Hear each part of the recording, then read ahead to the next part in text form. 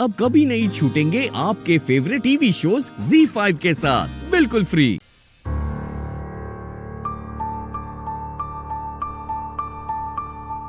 यहाँ भी दर्द हो रहा है क्या?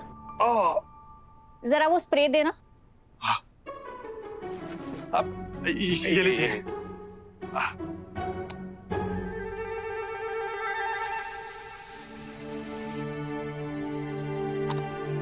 कहीं हड्डी तो फ्रैक्चर नहीं हुई है ना? नहीं नहीं, सिर्फ टिश्यूज डैमेज हुए।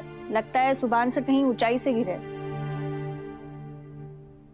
ऊंचाई से गिरे होते तो क्या गम था, इस बार तो जनाब नजरों से गिरे।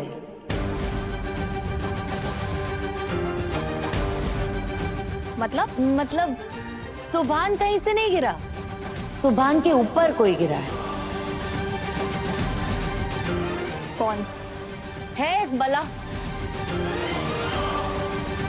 जहां भी मेरे शौहर को देखती है गिरने लगती है। बहुत गिरी हुई है।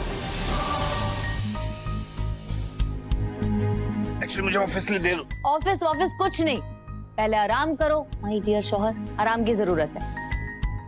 आपकी वाइफ बिल्कुल सही कह रही है, आपको रेस्ट करने की ज्यादा जरूरत है। किसी भी किस्म की लापरवाही आपको महंगी पड़ सकती है। आप एक काम कीजिए डॉक्टर, मुझे पेन किलर्स दे दीजिए क्योंकि मेरा ऑफिस जाना बहुत जरूरी है। मेरी आज इंपॉर्टेंट मीटिंग और इंटरनेशनल क्लाइंट्स के साथ डील फाइनल करनी है। ऑफिस जाने से मना किया है, डील मिस करने के लिए नहीं कहा है सुभान। अगर सुभान ऑफिस नहीं जाएगा तो डील कैसे होगी? क्लाइंट्स घर पर आएंगे मीटिंग करने के लिए। एक्चुअली बहुत अच्छा आइडिया है मन्नत, गुड। मैं एक काम करती हूँ, मैं क्लाइंट्स को घर पे ही बुला लेती हूँ। अभी मैनेजर को कॉल करती हूँ और मीटिंग घर पे ही अरेंज करती हूँ। सुभान को आराम भी मिल जाएगा और ऑफिस में नुकसान भी नहीं होगा। गुड मन्नत।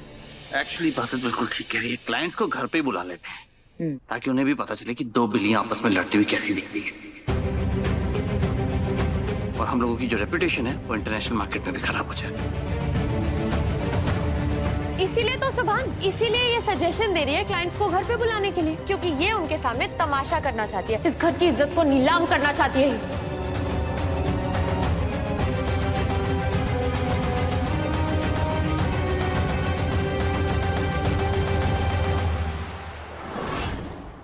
कितनी गिरी हुई हो तुम इबादत? गिरी हुई मैं हूँ, घर की इज्जत मैं नीलाम करना चाहती हूँ। मेरा मुंह मत खुलवाओ मन्नत, अगर मैंने बोलना शुरू किया ना तो तुम कहीं की नहीं रहोगी। मैं सुभान की बीवी हूँ, तुम्हारी तरह नाजायज माशूका नहीं हूँ।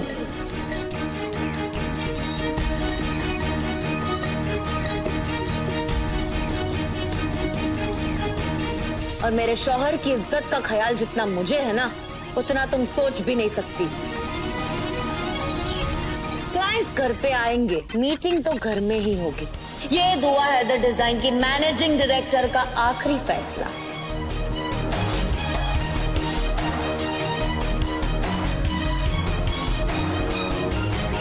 कोई आर्ग्यूमेंट्स नहीं, और मुझे किसी अरे गहरे के सजेशन की भी कोई जरूरत नहीं है।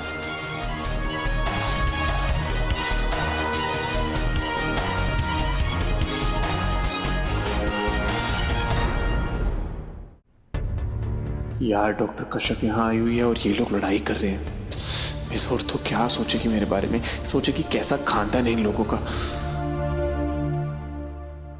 डॉक्टर मैं ठीक कब होऊंगा? बस 8-10 दिन लगेंगे। रोज फिजियोथेरेपी करानी पड़ेगी और अगर मसल टियर हुआ है तो कुछ लोगों को ये दर्द जिंदगी भर रह जाता है, तो उसके लिए मैं फिजियोथेरेपिस्ट अपॉइंट कर दूंगी। अरे लेकिन आपको भी फिजियोथेरेपी आता है ना? आपके तो हाथ लगाते ही दर्द चला जाता है।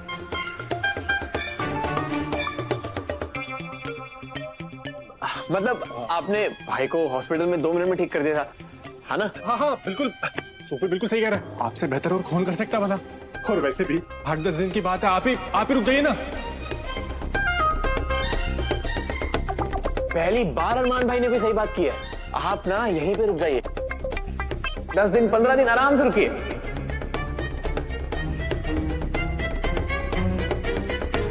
क्या बात है सोफी, आज तुम्हें सुभान भाई की बहुत फिक्र हो रही है और डॉक्टर साहिबा का इलाज तो तुम्हें कुछ ज्यादा ही पसंद आता है ना? देख रही है रोहन की अम्मी। अरमान मेरे बच्चों, चलो मेरे साथ बाहर चलते, तुम्हारा इलाज तो मैं करूंगी आज। सूफी बेटा, तुम्हें मैं अलग से दावत दूं? ओ भाई, तुम्हें तो इलाज की सख्त जरूरत है बेटा। चलो चलो तुम दोनों चलो मेरे साथ। ऐसी मरम्मत करूंगी ना ताउम्र याद रखोगे तुम दोनों। वैसे ये दोनों हैं तो बेवकूफ, मगर आज इन्होंने बात पते की है। डॉक्टर साहिबा, अगर आपको एतराज ना हो तो 8-10 दिन आप यहीं रुक जाइए। अम्मी बिल्कुल ठीक कह रही हैं। अगर आप यहाँ रुक जाएंगी तो सुभान जल्दी ठीक हो जाएगा।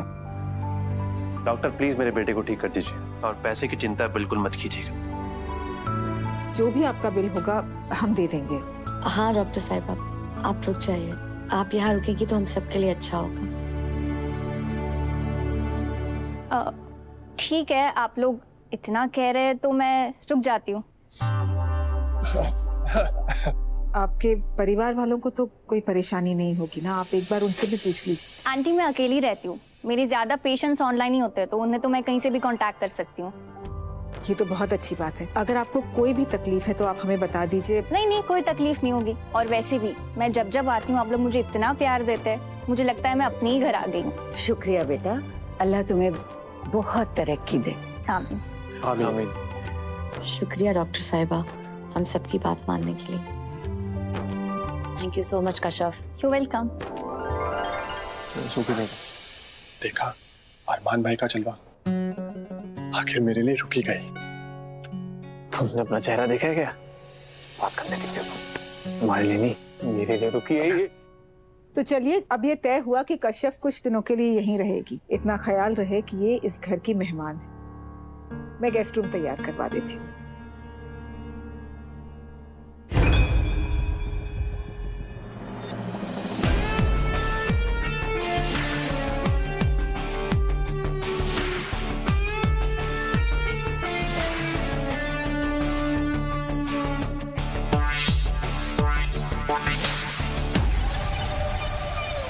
चढ़ा मन्नत, फालतू की दलीलें देना ना बंद करो। मैं तुमसे मोहब्बत करता हूँ, इसका मतलब ये नहीं कि गलत काम में भी तुम्हें सपोर्ट करूंगा। तुम भले गुस्से में थी, लेकिन इसका मतलब ये नहीं कि किसी की जान लेने के लिए खड़ी हो जाओ। तो मैं और क्या करूं सुभान? जीना हराम करके रखा है मेरा उस इबादत ने। इबादत ने कुछ नहीं किया मन्नत।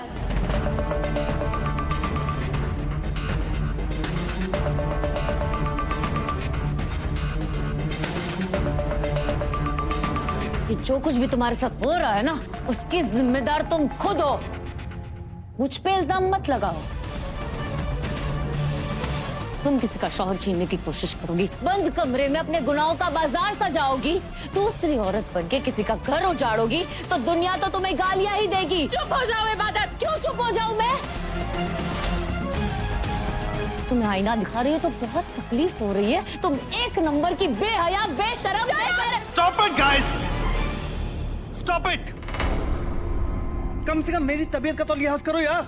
मैं इस कंडीशन में नहीं हूं कि तुम दोनों की बकवास सुनो, प्लीज। मन्नत, 100 बात की एक बात, तुमने गलत किया। तुमने इबादत की जान लेने की कोशिश की, और इबादत, इसका मतलब ये नहीं कि तुम पलट कर मन्नत पे वार करोगी। सुभान, मैंने मन्नत पे इसलिए पलटवार नहीं किया है क्योंकि इसने मेरी जान लेने की कोशिश की। मैं तो रिश्तों में जान लुटाने वाली लड़की हूं। मैंने इसकी जान लेने की कोशिश इसलिए की क्योंकि इसने मुझसे मेरा गुरूर, मेरे सुभान को छीनने की कोशिश की।